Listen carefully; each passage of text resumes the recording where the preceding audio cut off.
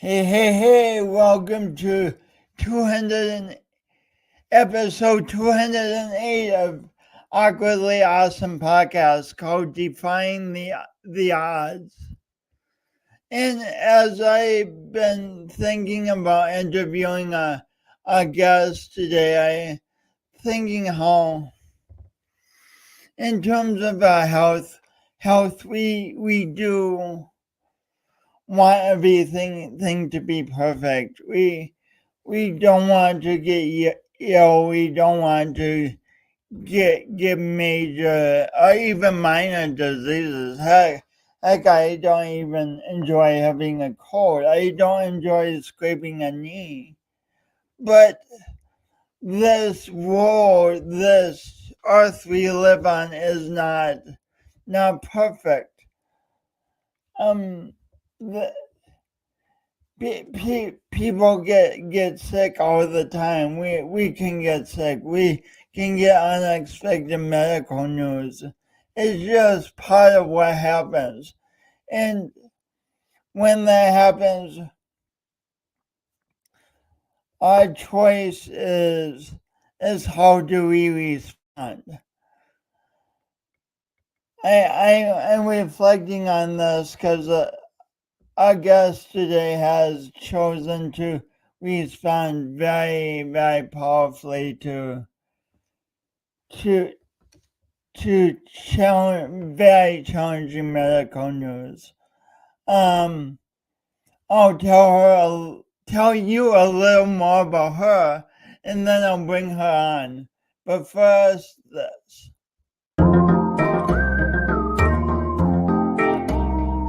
Today's guest, Judy Davis. Hey, welcome back. Welcome back.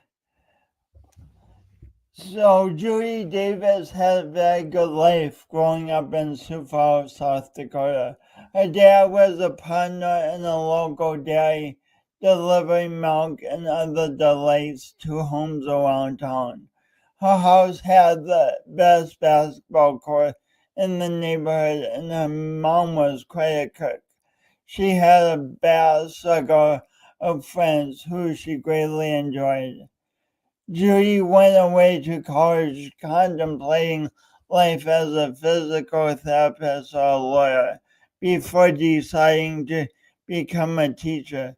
She met her husband Phil in college and moved back to Sioux Falls, where they welcomed their daughter Allison, making a wonderful family of three. Judy became a beloved middle school geography teacher. Life was excellent. Then, one day, Judy was dressing and noticed something wrong. She was diagnosed with a rare form of breast cancer. The doctors gave her 3 to 6 months to live. Yes, the doctors gave her 3 to 6 months to live. That was in December of 1986, almost 3 decades ago. Please welcome Judy Davis.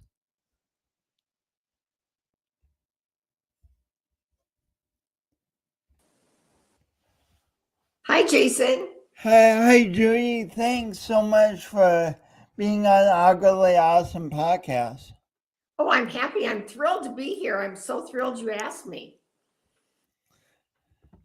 So I start in all different places with my guests because everyone has a vast story. But for you, I want to start with the day you noticed something was amiss.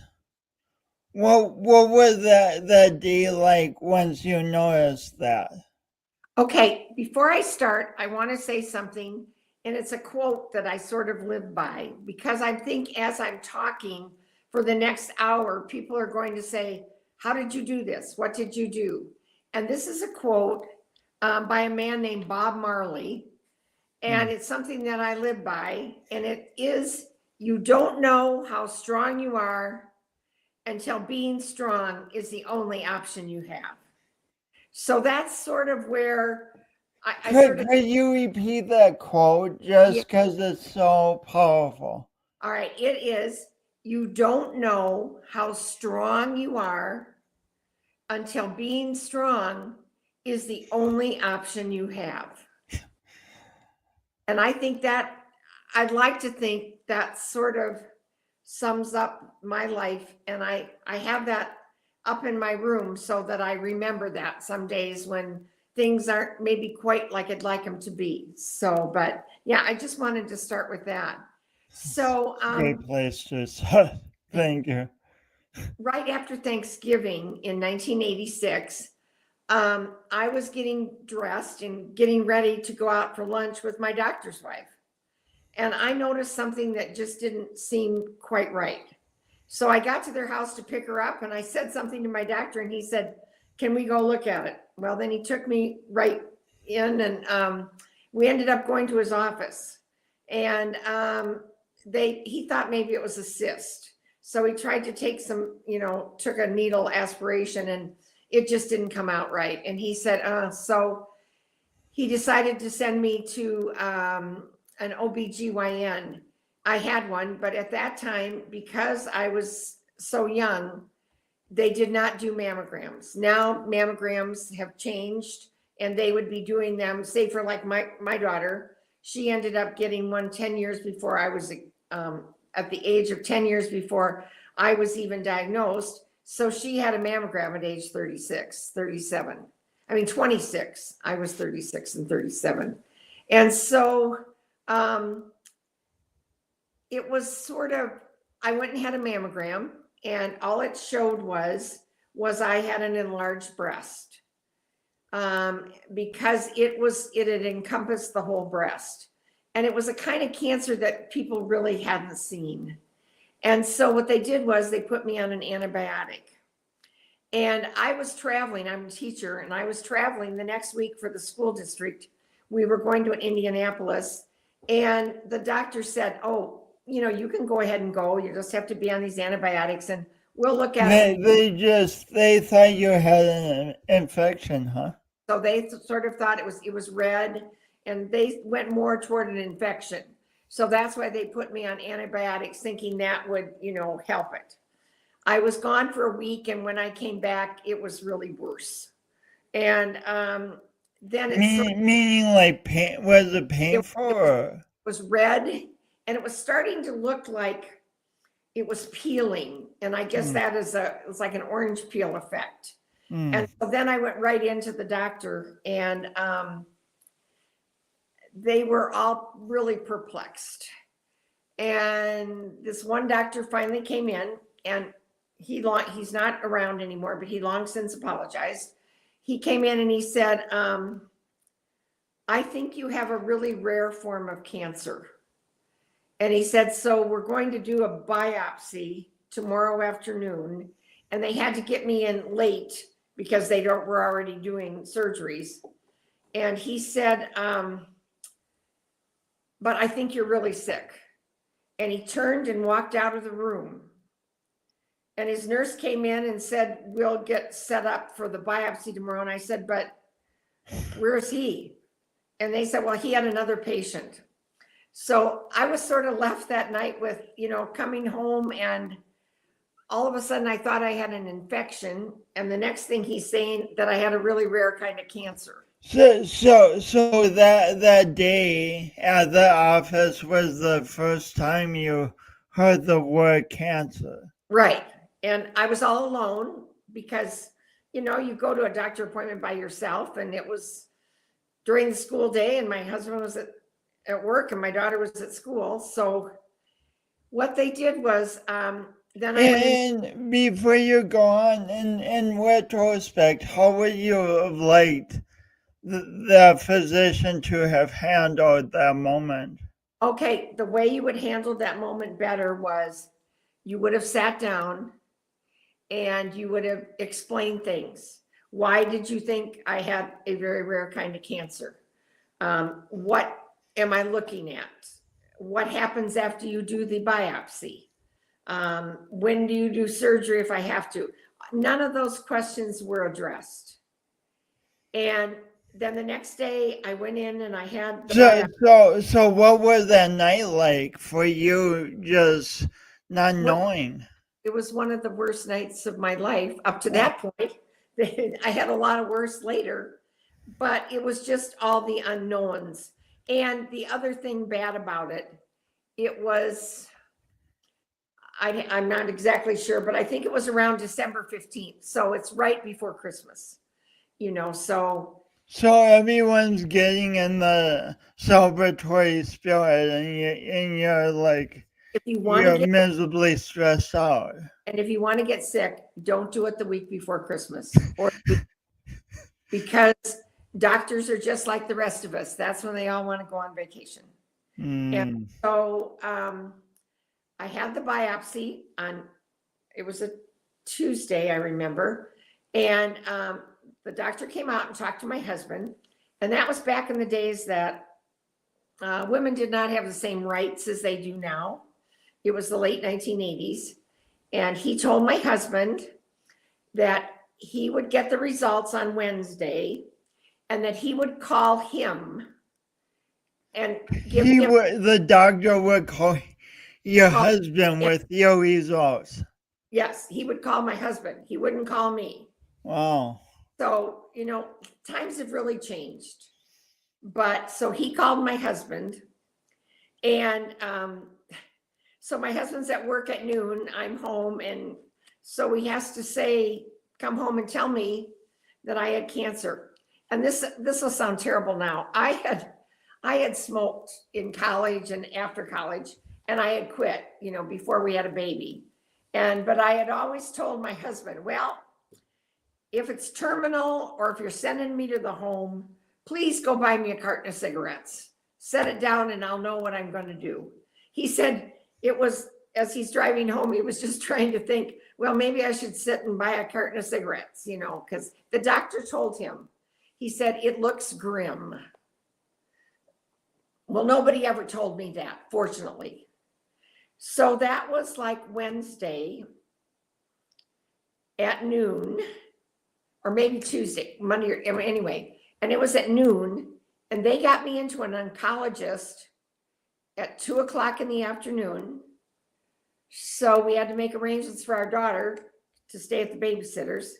We went to see the oncologist, and they decided they were going to have to do surgery the next day because both the surgeon and the oncologist would be leaving the day after for Christmas vacation.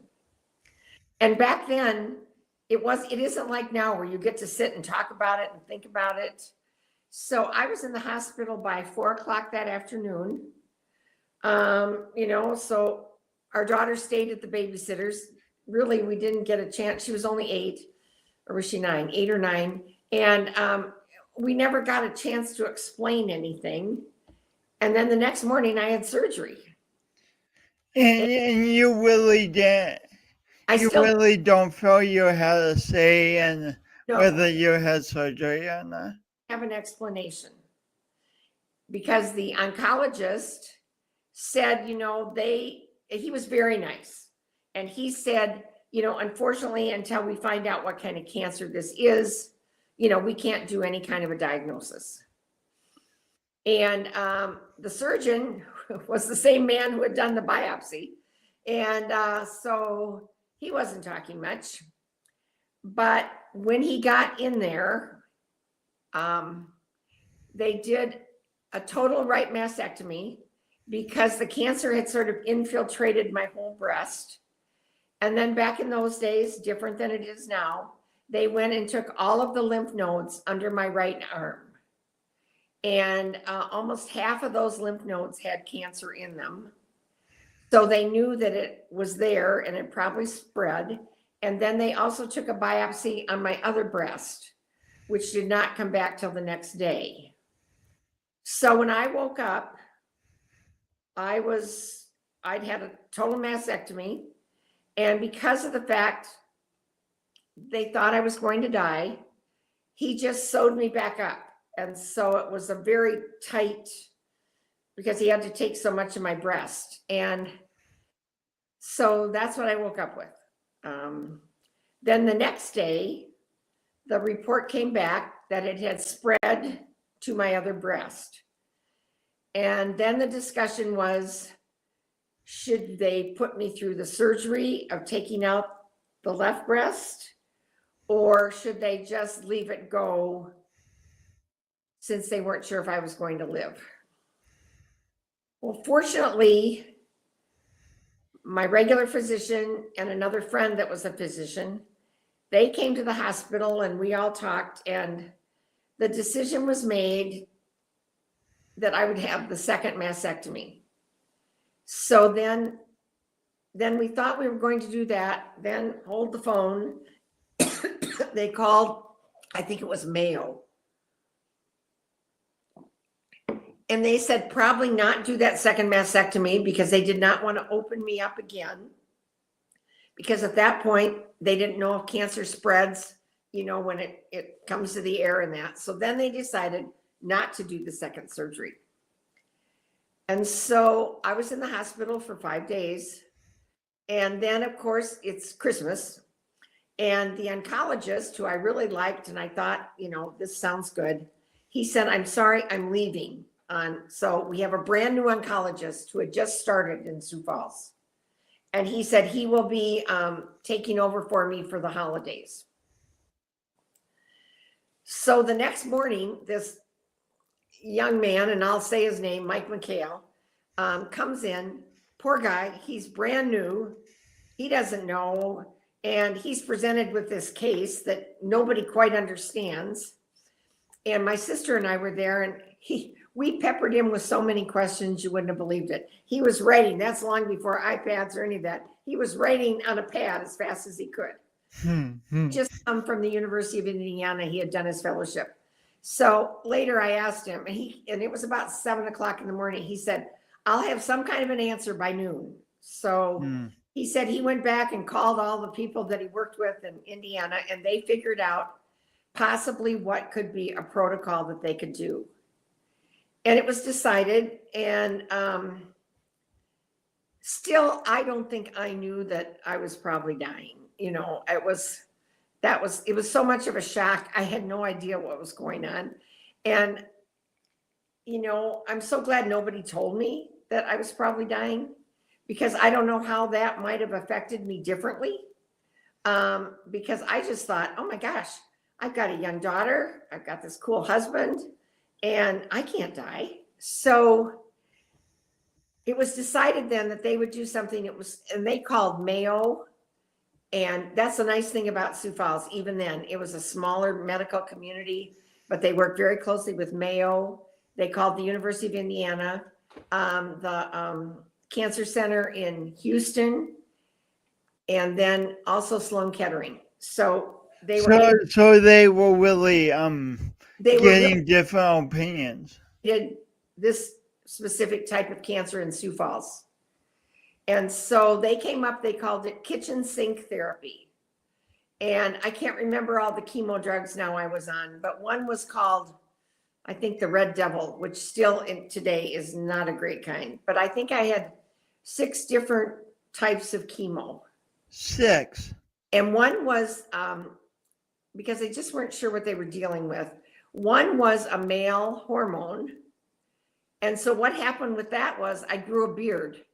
So for many months, I was totally bald, except I had a beard that I went to the beauty shop and had shaved off every 3 weeks. So, and then they decided also they would interrupt chemo after about 6 months, and then I would do all this radiation. And radiation was different then too, because it was not targeted. They just took my whole chest and they radiated the whole chest as much as they could.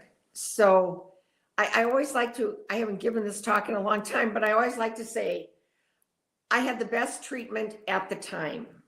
What you always hope for, that you get a doctor And that was Dr. McHale for me, somebody that you could really talk back and forth very frankly, unlike my surgeon, who I don't know what else I might have learned, but one nice thing about a year after I had finished chemo, that surgeon called me in his office and he said he just wanted to apologize because he had never seen anyone that sick. And so he just thought there was no way I could survive. But he was certainly glad that I had done that. But I did. I had the best treatment you could have at the time. But I lost the hair everywhere except my beard. And I was bald for probably about 16 months. And I will say that people have asked me through the years, what was the worst thing about your treatment? Well, chemo was terrible, but losing your hair is the worst. Because the day you lose your hair, that's the day everybody knows you're sick. Because even if you wear a scarf or you might wear a wig, and back then wigs were terrible. And so it was very evident, no matter where you went, that you were sick. And I hated wigs. And so after chemo started, because it was Christmas and we were supposed to be leaving to go to Disneyland. So after a week of recovery, I don't know how I did it, but I got on a plane and we in fact went to Disneyland. In fact went to Disneyland. Well, Allison and I went to Disneyland. And I look back at it now. Of course, I couldn't ride a single ride, but I did great because I thought, this is a family trip we've been planning for months. And then when we came back, I started chemo the day I got back. And then chemo, so that was in January, and I did chemo until about maybe May the next year. So interrupted by radiation. And I don't know if I'm stubborn or I was just lucky that all the places working together, that I had, really the best treatment, even though I was still in Sioux Falls. There was discussion, and your dad was one of the people I discussed it with, whether or not I should go out of state. But we all decided I'd be better off here, where my family was and my friends. And so that decision was made.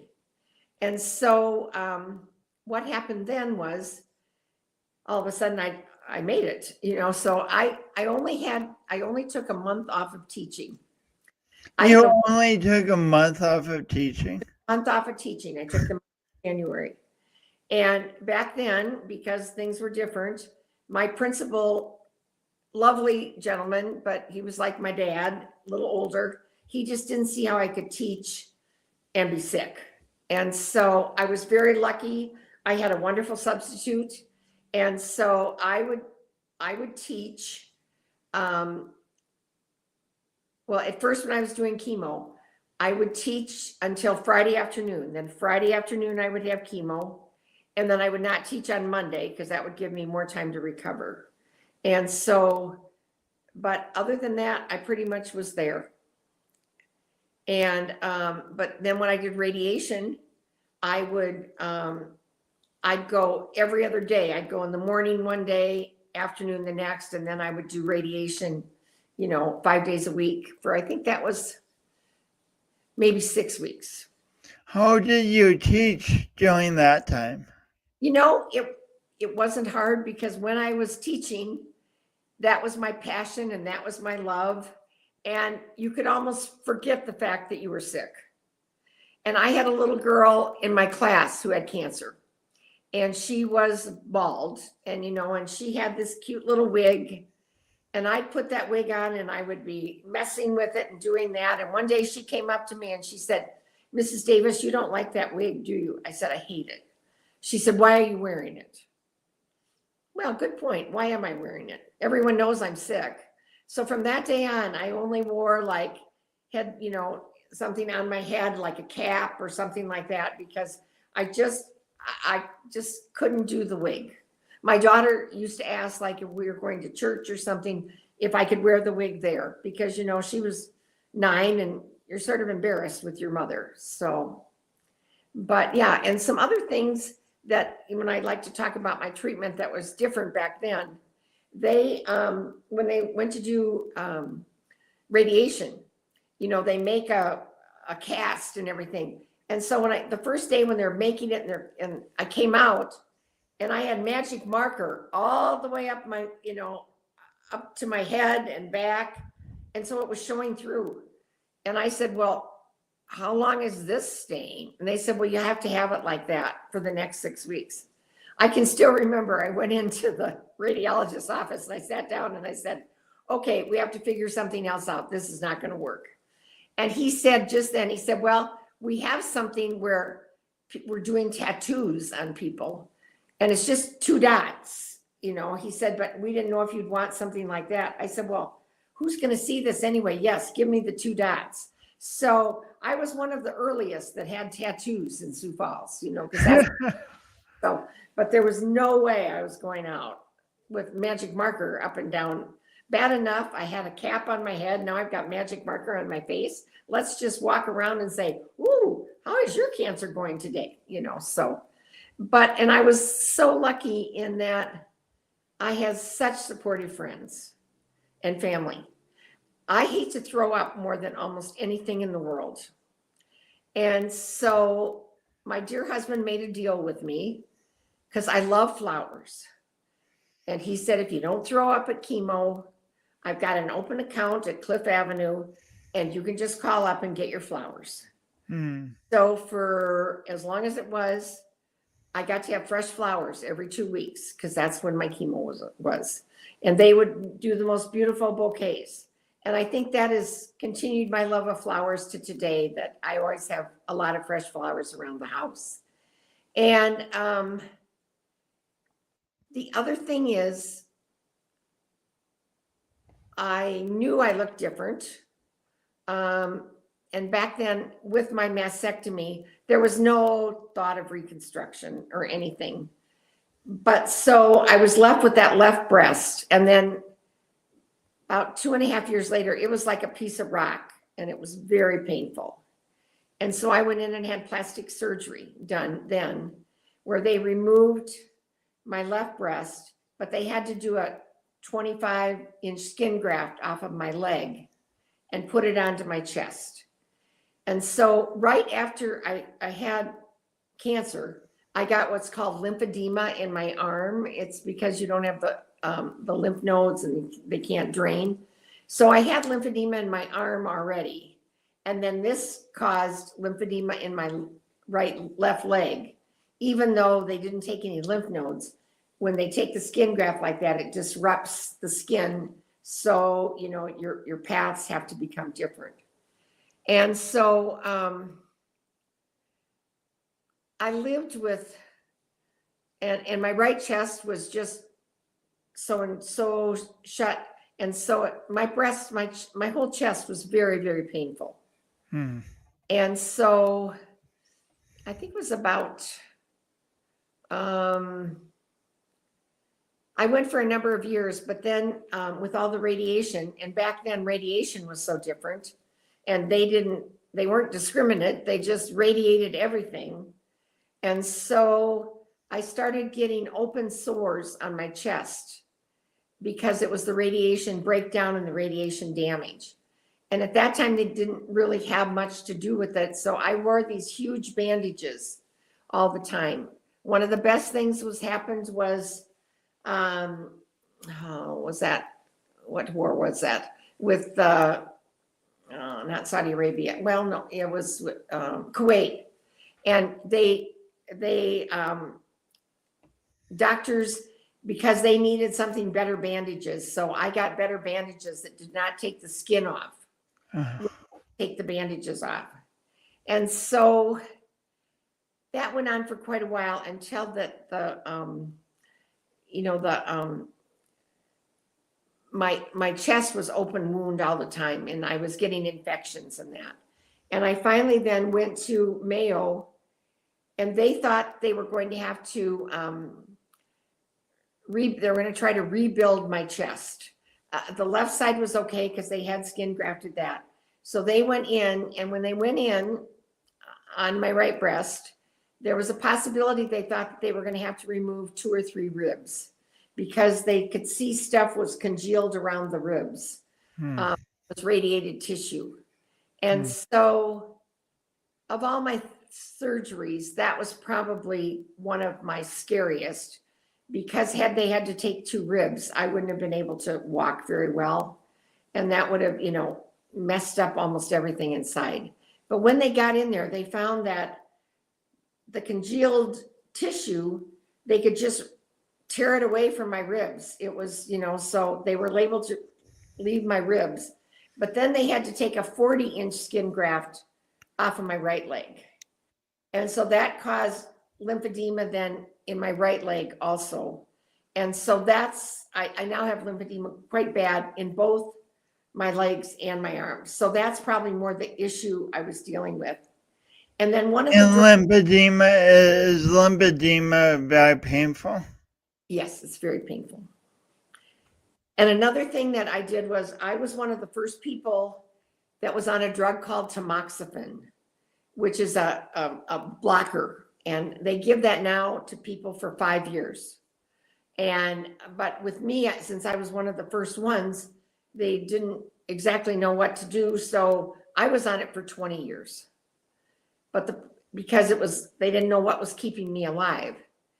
And one of the side effects of tamoxifen is endometrial cancer. So then I did develop endometrial cancer and then had to have a total hysterectomy. So I also had that surgery in there. So, but overall, I guess I'd like to say I'm the luckiest unlucky person in the world. You're the luckiest unlucky person in the world. Because when I was diagnosed, there was a lot being done. Just some research in breast cancer. But between the 5 and 10 year mark, it sort of became a cause for everyone, breast cancer. And so they were really doing a lot more research. And, people say to me, they say, well, oh, but look at you basically were butchered, Yeah, I was, but you know what? It allowed me to be here. So I don't know if they hadn't have done such, aggressive surgery, aggressive chemo and radiation, if I would be here today. Yes, I have a lot of side effects, and I've been dealing with more of that lately. I hurt my knee about 2.5 years ago. And then subsequently, I've had to have 2 knee replacements. And when they got in, they found that my knees, the kneecap was sort of like very spongy. And that's probably a result of all the chemo that I had so many years ago. And, the radiation, when they went to do the surgery, they didn't really know how to react, because I had more doctors say, we don't know what tissue looks like this after 15 to 20 years, because usually no one's alive. So I feel good that also I've been able, especially at Mayo, I just make sure when I have surgery there that they, only take all the pictures from the neck down. But I do know that I've really done a lot to help and possibly, sort of set the way for people that have come after me. So what would you say to what words of comfort and direction would you give to someone who's been freshly diagnosed with breast cancer? Okay, the one thing I would say most of all, what you want to do is just get into a shell and, just everybody leave me alone. But don't do that. And, and people, I remember the first year it was Christmas that I was diagnosed, and, people want to bring food. They want to do that. And what you do is you just say thank you. And I like 10 fruitcakes. People would leave fruitcake. I don't like fruitcake at all, but the answer was thank you. Thank you so much. And let people help, because people feel let people help. Yeah, let people help you, they just feel worthless, you know, or what can I do? If somebody said, could I come over and shovel the walk? My husband would say yes, because he was like overwhelmed. And, or can I give your daughter a ride somewhere? Yeah, the answer is yes. It's not the time to be the brave hero. And it's okay to fall apart. I spent a lot of time falling apart. I have a rule now that I can do that one day out of the year. And I pretty much do that even now.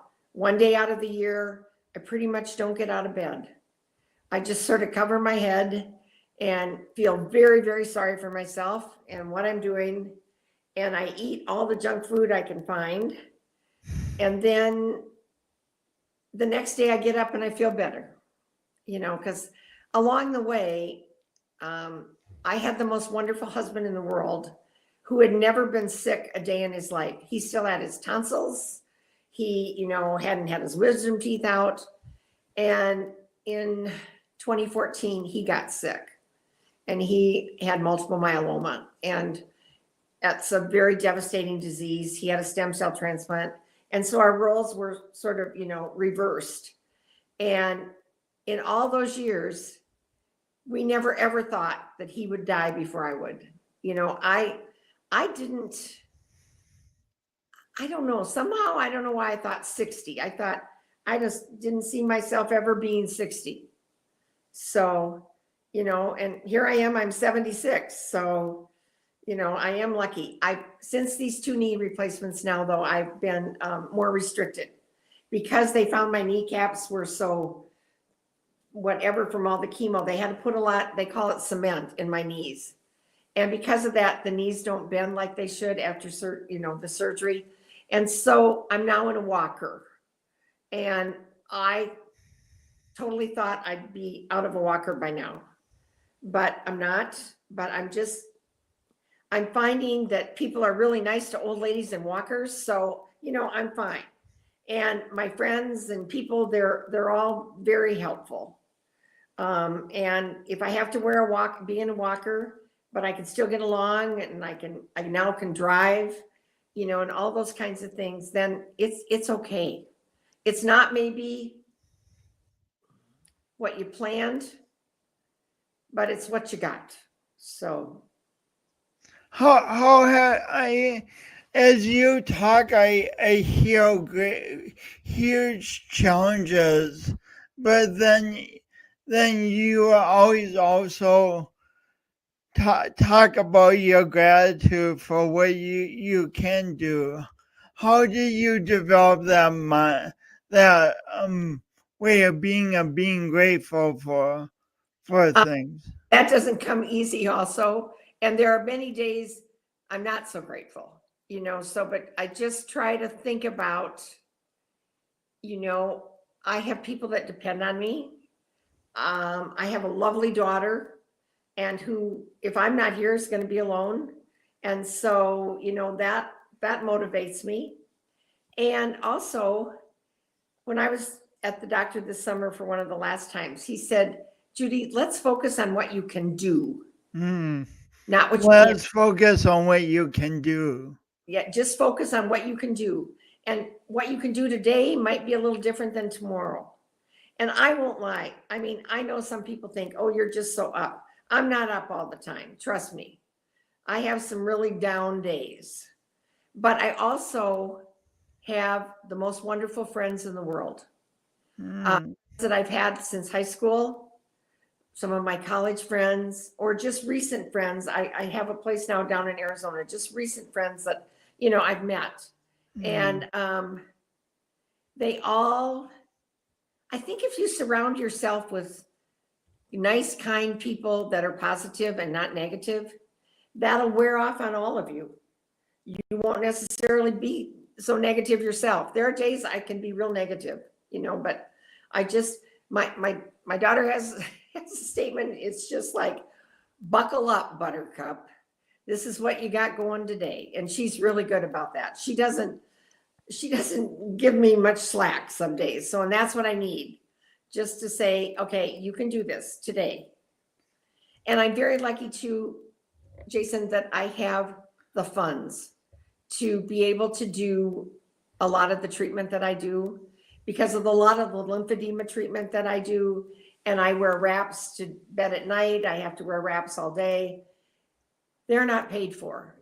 And so someone that's in my situation, but doesn't have the funds behind them to supplement, your treatment and all of that, that's where I really feel lucky, that I can do that. And I have so many friends, and the nice thing is they're lifelong friends. And many of them, I'm thinking like your dad, have been with me since I was in high school. So they all know, we've been through the good and the bad with all of our families. And there is something, when you've got history. So if I'm having a really down day, people that know my history, well, they say, that's okay. But you just can't keep down. You just have to find one thing each day to focus on. And that's why I'm really big into, I still send cards through the mail because I like that. You can get on your internet and do all that. And I probably have, and once again, I guess I can do that, but I probably have the largest floral bill at Hy-Vee because I send flowers for no reason. And that's, I think, You love sending flowers for no reason. for no reason. And usually there is a reason. But I have a couple of friends now as I'm getting older that they're in, assisted living and things like that. And their friends have all died. I have one friend, she's 96, but she's sharp as a tack. But there's not a lot of people left to go visit her. So I always try to call her at least once a week and go to visit her when I'm home and to send flowers. That's the best thing to do. It's so interesting as we talk. You have a gripping medical story full of pain, full of resilience, full of miracles. And it occurs to me you also have lived this complete life. Aside from all the medical things, so let's go back quickly. What were some of your favorite memories of being a kid? I think some of my favorite memories of being a kid, I lived on a street here in Sioux Falls. It was called Pender Lane. And it's about maybe 6 blocks long. And most of the families there, because we lived near a Catholic school, we had 6 children in my family, and we were one of the smaller ones. And the thing was, at night, back then, everybody would be outside playing. I mean, we'd all be outside. And my dad, like you said in the thing, he put up a basketball court. So in high school, that's where all the guys wanted to come because they would practice their basketball. And my mother was a great cook. And those are my best memories, times of, and I like to say, people say times were simple. Yes, they were. It was, we got in trouble with the nuns and those kinds of things, but it was a simpler life. And we didn't have a lot of the pressures. And because I taught for 40 years. You taught for how many years? 40. I taught it. 40 years. Congratulations. I guess I taught 1 year in Arizona to begin with. So it was 40 years total. But how I saw how kids and families, changed. I mean, so much and I think now I'm so glad I retired really before the cell phones and all that came in. And first of all, I would have hated it because I like to teach geography out of an atlas and all of those kinds of books. Now I'm as bad as they are. I look it up in Google to find out if I need to know something. So I like that you had to go research, but also I guess life was different for kids. I'm sure there was bullying going on, but that's the one thing I worry about the most is the extent now and how some of these kids are bullied on a cell phone for no reason other than just somebody else wants to feel better about themselves. And that's another thing that I always, when I don't talk as much to groups as I used to, But I don't look the same as everybody. I wear black pants and a black shirt because that covers up so much, and I wear different tops, colorful things, but I'm okay with that, because it means that I can go out and do stuff. And I'm so lucky that my hair came back. When I lost my hair, it was very naturally curly. And I always used to say, oh, I just love to have straight hair. Well, don't love to have something because you might get it. Don't wish for it because it can come. And so it's very straight. But also there again, I'm lucky. With all the surgeries I've had, I can barely get my hands up over my head. And so I still get to go to the beauty shop 3 times a week and have my hair done, because that was the one thing my husband said, I'll do anything, but I'm not doing your hair. So, so things like that I've had opportunities. And have you been going to the same stylist for a long time? I just recently retired. She retired, so I just changed. But yeah. And right now, because my feet are so swollen, I can only wear, like, they're called OFOs, and they're very comfortable, but they're like slip-ons. I'm going to have to figure out something now that I'm back here in South Dakota to get some socks on or something. But, it's just, I don't look the same, but it's there again, it's also okay. And now I've got my little walker with me. And, but you just have to accept where you are. And that's another thing that I think is so hard because of all the swelling and things that I get. Some days I can gain 5 pounds very easily. And so I just have to know, okay. And I just have to sort of watch what I'm eating, and those kinds of things. But you also, and especially after cancer, you have to be okay in your own skin. It may not look like somebody else's skin, but you're here. So that's the biggest thing. How did you walk your daughter through this whole process from the time she was 9? It's been very hard for her because when I first got sick, my husband was sort of in the corporate world, and not that he wasn't a great husband, because he was, but his time was sort of limited much. He traveled. And so Allison and I were together a lot. And then when I got sick, sort of the roles changed because I was really sick for that first year.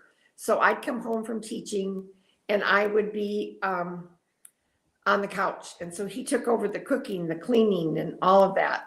And plus then he and Allison got very close. And so when he got sick, that probably was the most devastating thing for her. One thing, she doesn't have much of a memory of me when I wasn't sick. So, but she's very protective of me, very. And I'm so thrilled now. She was engaged many, many years ago and called off the engagement, but she has met a wonderful man, and they are age appropriate and just having a ball. So I'm really glad that when I go, that she'll still have someone, because that's important, I think, to have someone that will take, and she, not that she needs taking care of, because she's a very, very independent woman, but someone to be there and enjoy things with you. And we do enjoy so much together. We did as a family also. What we did for years, we went on cruises. We went on cruises at Christmas and in March, because she's also a teacher. She teaches gifted kindergarten in a school in Arizona. So, so she's followed along, like, with my passion also. And she's the best teacher in the world. They come from near and far to be in her class. So, but we were able to maintain the importance of family, because, and I think about some days when she was younger, she'd come home and she didn't know if I'd be home or she'd be staying at Hexamer's with a babysitter to stay overnight. And it was a very scary time. And even today, it's hard to, talk about some of those things, especially now that her dad's gone. So, but it does affect kids, you know, and I've seen from all the kids I have had in my classroom, it doesn't matter if it's some kind of disruption to your life, whether it's a parent being ill, a parent, they're getting divorced, you know, all of those kinds of things. It does have a definite effect on how you view life for the rest of your life. Sometimes I think we think of kids as being so young and kind of an idyllic time of life, but kids really, they do take on so much stress. They internalize it a lot too, because I remember Allison told me not too many years ago, she said, I don't know what it was. She didn't have her work done or something one day at school. And the teacher sort of got after her. And then when she got home, I was in the hospital. And so she said she thought for so long, oh, because I didn't get my work done, that's the reason my mom's in the hospital. Oh. And she never really verbalized that. And so I think that was hard. And I think that's why she's so good with young children, because she understands, because she had a lot of learning problems at the beginning, and then turned it out was one of the top 4 students at Lincoln High School. But, so she really has an inspiring story too. She does also. And she had learning how to read, and math was a big problem for her. And I took her out of the school she was in and put her into Patrick Henry when she was in 7th grade. And one of my teachers, my friends, really helped her out with math. And she credits that now because she was the presidential award winner for math in the Arizona schools. She's one of the only kindergarten teachers that has ever been, because she has a different way of teaching math to the kids. Wow. And I think she understands kids and their struggles, Wow. So sometimes if you've gone through that, then you're really good at what you do. So speaking of teaching, I wanted to ask you a little more about this. When you were really sick, I mean, the first time, I mean, you could have easily said, I have to deal with all of this. I'm going to take a break from teaching. I'm going to retire. Whatever. What made you keep on teaching? What made me keep on teaching is because I knew that if I did not have a reason in the morning to get up, get dressed, get my lunch made, and get to work, I would have just, and it was winter, I couldn't have done it. I would have been so depressed. And I know, because people say, well, I had to take off work. Yes, I just did it the way I had to do it. And my students were wonderful, with a couple of exceptions, but they were very good. And they were old enough to understand that I was really sick. And, but I didn't let that get in my way, because, I love teaching social studies and geography and current events. And so many days then I could forget about it for 8 hours. And then there was work to do. And I think also that came from my parents. My dad, he had quite a work ethic, and so I just didn't think I'd do anything different. So I hadn't thought of arriving. I didn't know where we were going this conversation, but I'm really understanding from you the having a purpose, having something to show up for is very important as we go through illness. It's very important as we go through illness, and important as we go through life. Now, because in the situation that I'm at, and your friends are retiring, they're retired. I mean, my husband, I believe, would still be working if he hadn't died. But, and that was his goal and purpose in life. And then I have other friends that they want to retire, then they retire and they don't know what the plan is. I was very lucky when I retired, and it was a situation in the schools where they were trying to get rid of the old people. I wasn't that old, but but they were opening up the cancer center at Avera. And so they offered me a job. I was non-paying, but I worked as an escort and taking people through the cancer center. And I did that for 4 hours a day in the morning. And once again, I had to get up, I had to go somewhere, and somebody needed me. And I think that for me was the good transition for about the first 6 months of retirement. You need a purpose every day. Doesn't matter who you are. Just got to have, and you got to focus on it.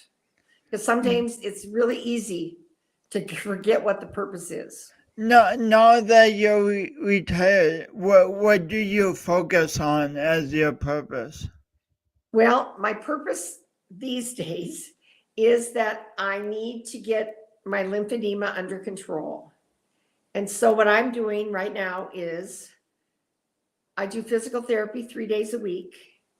I do lymphedema therapy 3 days a week. Those are both an hour. I try to swim 3 days a week. I have exercises I have to do at home. And I also have to do compression for an hour in the evening. So you can tell when I say all that, that's a lot. And that's my job right now, so that I can get better, and so that, I'm hopefully lessen my pain some. And so it is like a job, but in between that, I just got back to South Dakota, and I spend as much time as I can trying to see my friends, and setting, there's a group that goes to coffee early morning. So I try to get down to there to see them for breakfast. I maybe meet friends for lunch, and I go out to dinner a lot. So, because that's the other thing I found. I need people. I'm somebody that needs people. And so, and if I have to go out and find my people, I'll go out and find my people. And that keeps me going.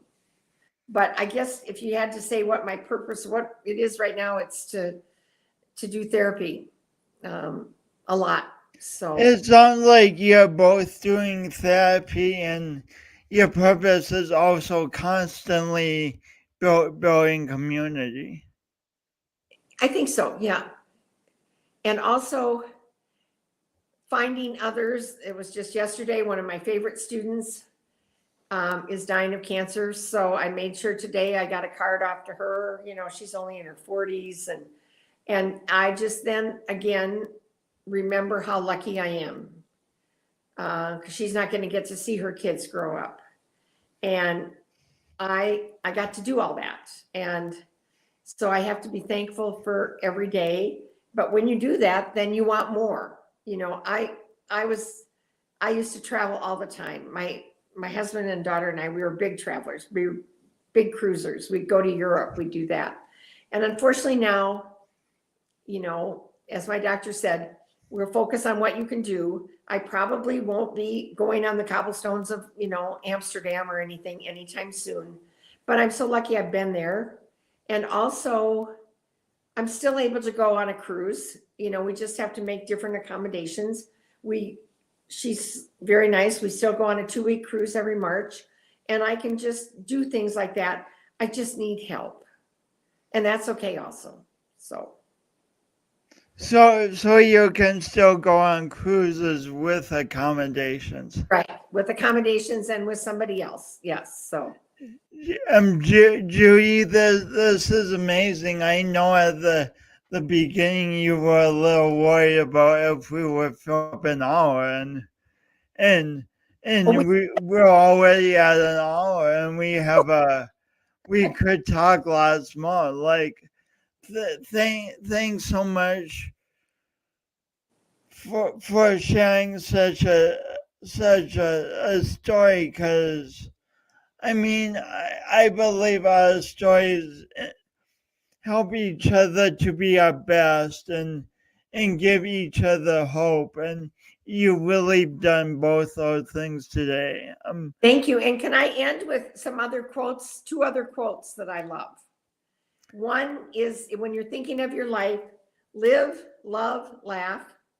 And the other is, be silly, be honest, be kind. Be silly, be honest, be kind.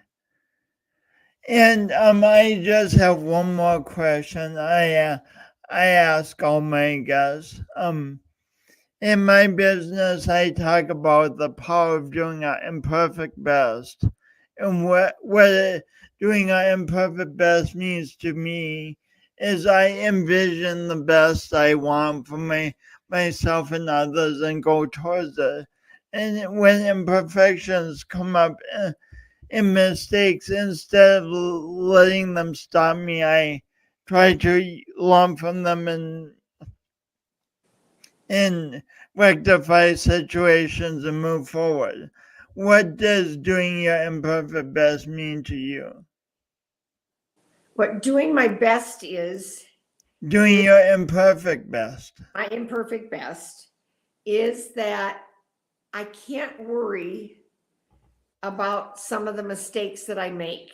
Like, for example, in my treatment, some days I maybe don't wear my things to bed that I'm supposed to. And then I think, ooh, but you know what? You can't be perfect and do every bit of treatment and everything you're supposed to do every day.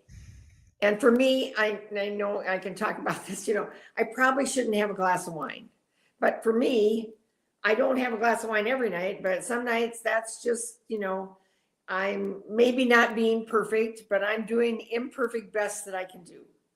And, I just try to keep doing that and keep putting one foot forward in front of the other and, do what you can, not what you can't. Do what you can. Do what you can. Thanks so much. Oh, this has been so wonderful. Thank you. I was just not sure if I could fill up an hour. I guess I can. So Yeah, you could fill up 2 or 3 more hours, do you? So much wonderful stuff. Thank you, Judy. Thank you. Thank you for having me. It's community is so good. When I was feeling the worst about my life as in junior high, I really thought I was the only one going through tough times. It's laughable. No, we all have challenges and we all have joys. And the more we talk about them, the more we celebrate them, I think the more normal, I don't know if normal is the right word, but the more we give each other confidence that we're doing okay. So, thanks for tuning in. I urge you to have as many conversations as you want with the people around you and really celebrate their stories and allow them to celebrate yours. Thank you so much for tuning in. Tune in for another great episode where I have another amazing guest next week. Talk to you later. Take care.